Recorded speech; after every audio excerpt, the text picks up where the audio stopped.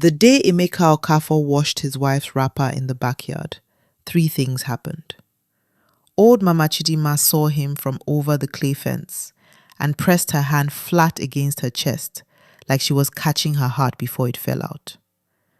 Chukua, his neighbor and the self-appointed keeper of the compound's dignity, dropped his newspaper, not set it down, dropped it, and stood up from his plastic chair as if what he was witnessing was a fire that needed to be put out.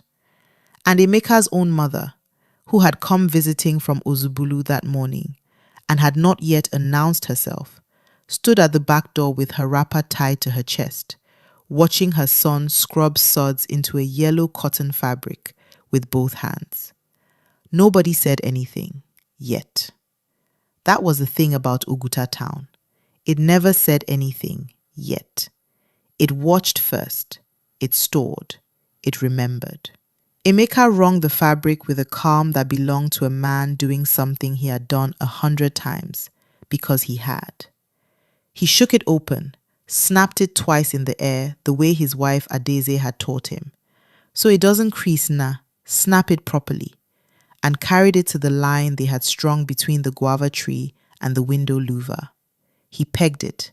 He went inside. He did not see Mama Chidima. He did not see Chukwa. He did not see his mother's face. But Oguta had seen him.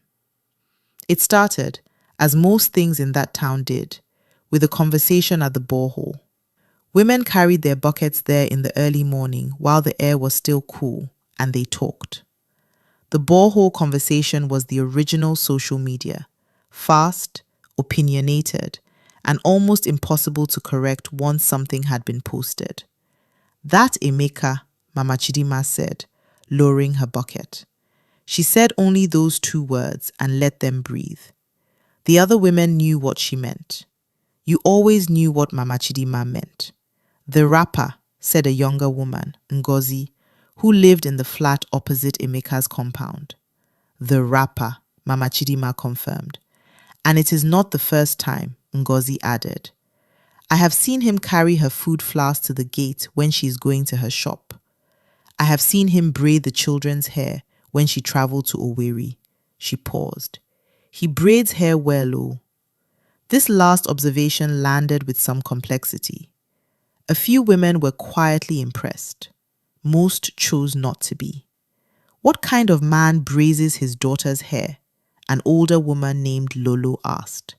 She had been married 3 times, buried 2 of those husbands, and considered herself an authority on the nature of men. That is the mother's work. What is doing him? Adese has done something to him, Mama Chidima said, with the certainty of a woman who has already concluded and is now simply narrating. You people are here defending it. That girl has tied him, mark my words. But they look happy, Ngozi said quietly. Nobody answered her. In Oguta, happiness was not proof of anything. Emeka was 34 years old and had the kind of face that seemed younger when he was laughing. He drove a tricycle, a keke, for work, covered the market route 6 days a week, and came home every evening smelling of exhaust fumes and dust and effort. He was not a rich man. He was not a man anyone pointed to and said that one will go far, the way they said it about Dr. Amara's son, or the Igwe's nephew, who had started an oil company in Port Harcourt. But he was a man who came home. That, Adese had told her sister once, was rarer than people understood. She had married him 7 years ago against the quiet hesitation of her family, who had wanted somebody with a car, somebody with something behind his name. Her father had not refused.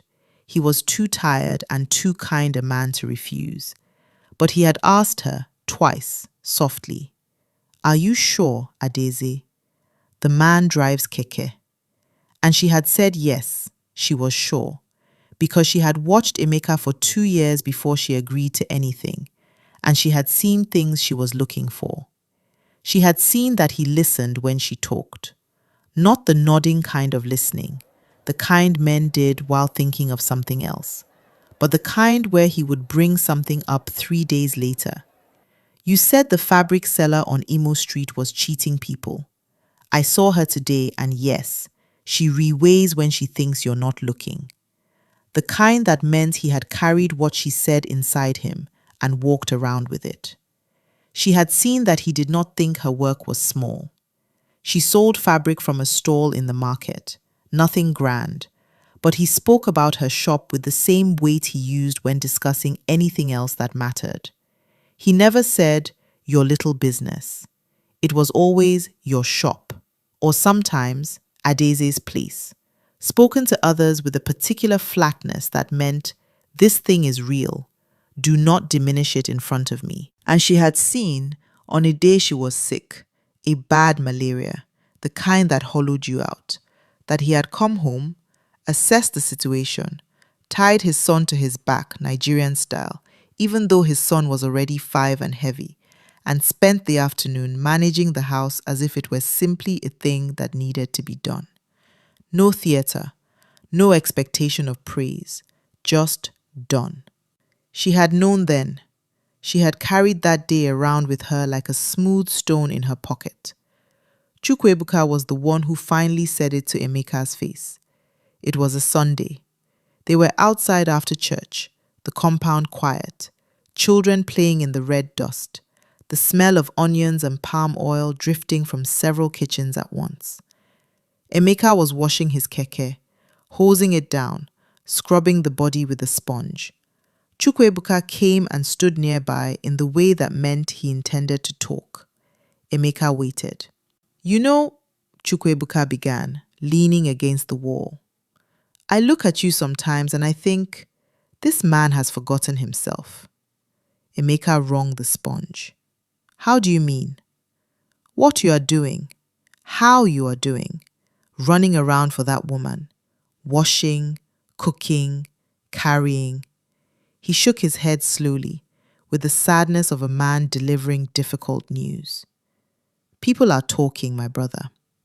Let them talk. Emeka, he lowered his voice. We are saying she has done something to you. Nobody behaves this way unless a woman has used jazz. Your mother is worried. She came to me. Emeka stood up and turned off the hose.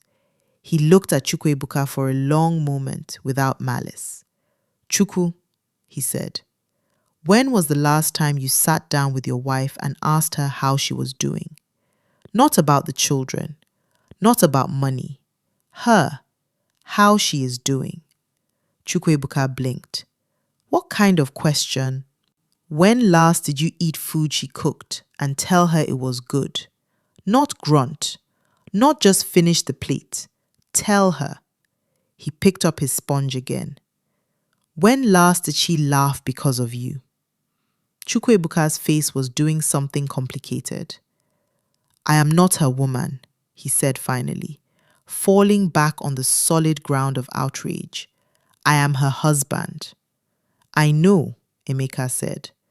I am Adese's husband too. He turned back to the keke. But I am also her person. Is there a law that says I cannot be both? Chukwa left. He did not say goodbye. He went back to his flat and sat in the sitting room where his wife was ironing his shirts, and he looked at her for a long moment, and then he looked away, and he did not say anything. But the question had gone in somewhere, and it stayed. Emeka's mother was harder. She came to him that evening in the kitchen while Adese was bathing the children. She sat on the low stool by the back door and watched him check the soup on the fire. Adese had started it before the bath. He was finishing it, and her face had the look of a woman who has rehearsed something. Emeka, sit down.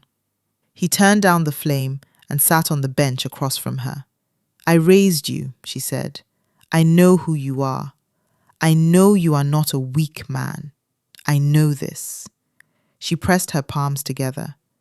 But what people are saying outside, my son, it is damaging your name. A man who is always inside doing woman's work, always running for the wife. It is not the way. It gives people ammunition. You have a son watching you. What are you teaching him? Emeka was quiet. I am teaching him, he said slowly, to not be afraid to love someone. His mother made a sound in her throat. Mama, he said, you and Papa were married for 31 years. When he was sick, the 3rd year of your marriage, when he had that bad chest, who cooked? Who fetched water? Who carried him to the clinic when the Okada man was not available? She was very still now. You did, he said gently, and nobody called you weak. Nobody said you had done jazz on yourself. They said you were a good wife. They said you loved your husband. He leaned forward. Why is the same love different when it comes from me? What part of me is supposed to die so that people are comfortable? His mother looked at her hands for a long time. She did not capitulate. She was not a woman built for quick capitulation. But something in her face had moved, shifted like furniture rearranged in a room. The room looked different, even if you couldn't say exactly what had changed. She reached out and patted his knee once, and then she said, "Your soup will burn," and stood up, and that was all. It was not forgiveness of the town's position. It was not agreement, but it was something, a hairline crack in a very old wall. Adese heard pieces of it over time. People did not always tell her directly, but sound traveled in compounds. She heard what they called her husband. She heard the word for a man who had let himself be conquered, who was too soft, too domestic, too wrapped up in his wife. She knew the word. She had grown up in this culture too. She had heard it aimed at other men, sometimes laughing, sometimes in real contempt. She sat with it privately in a way she did not fully show Emeka, because she knew if she showed him all of it, he would feel guilty for what he was not guilty of. But she watched him more carefully after she understood what he was enduring. She watched him say good morning to Mama Chidinma across the fence, even though the woman looked through him. She watched him walk through the compound with his head up, not performing strength, just inhabited by it. The quiet kind, the kind that didn't need an audience. She watched him sit with their son and explain, without being asked, why he was helping Mama with the cooking. Because she is tired, and she is my person. And when your person is tired, you help them. Their son, Chijindu, had looked at his father and then looked at his mother and then said, "Okay," the way children did when something made intuitive sense to them, and gone back to his toy car. She thought, watching him, that the people outside were looking for a performance of strength that her husband had never felt the need to perform. And she thought that she was, quietly, every single day, one of the luckiest women she knew.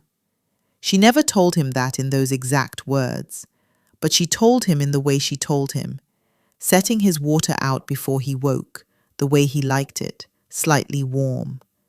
Sending him voice notes when he was on the road, not long ones, just, "Ride safely, nah."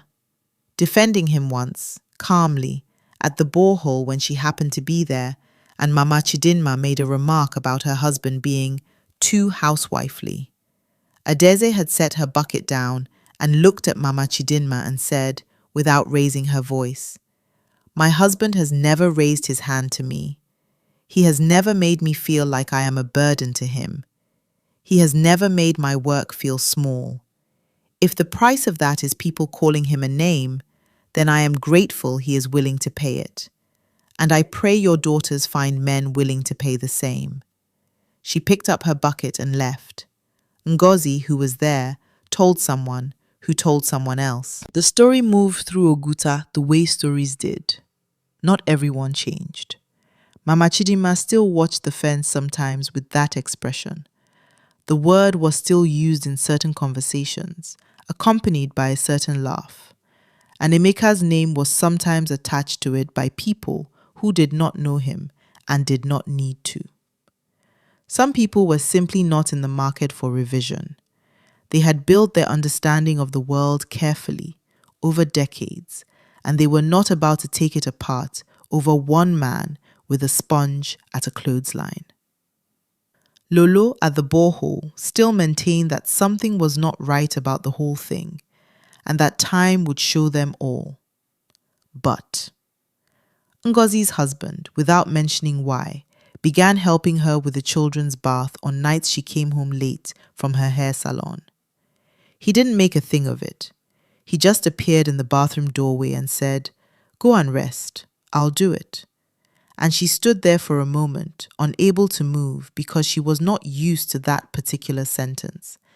And then she went and sat on the edge of the bed and listened to the sound of him managing it and felt something loosen in her chest that she hadn't realized was tight. Chukwa, over the course of several months, developed a habit of sitting in the kitchen doorway while his wife cooked.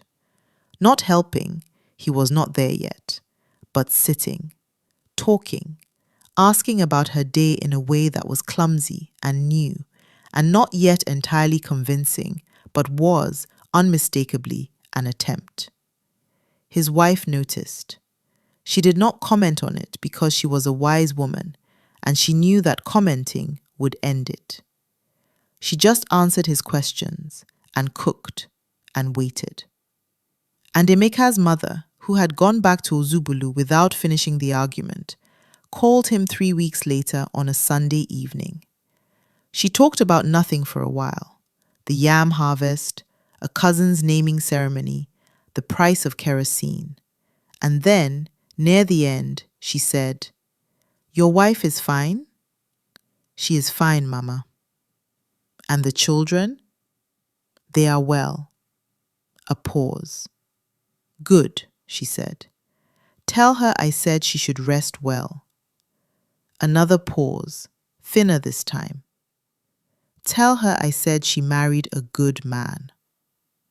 Emeka stood in the doorway of his house with the evening light coming orange across the compound, and his wife's voice floating out from somewhere inside, singing something low and formless to the baby. He held the phone to his ear and said nothing for a moment. "I'll tell her, Mama." He went inside and the door closed, and Oguta continued being Oguta, slow to change, long in memory, not fully wrong and not fully right, carrying its beliefs the way towns always carried them, heavily and not always aware of the weight.